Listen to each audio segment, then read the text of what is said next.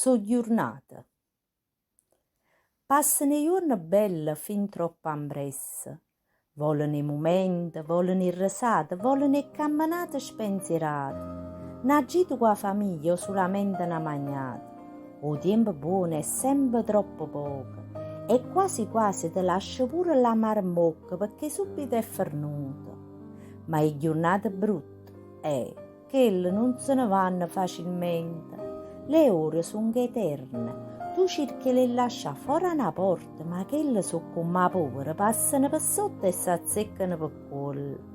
Non ti lasciano, sono come i chiattilli. Possono durare per giorni e giorni senza ti lasciare un attimo di respiro. Ti guarda attorno per cercare una soluzione. Che diavolo, sti giorni e quando durano? Esce fuori sto malanima e fa trasino poco e bene.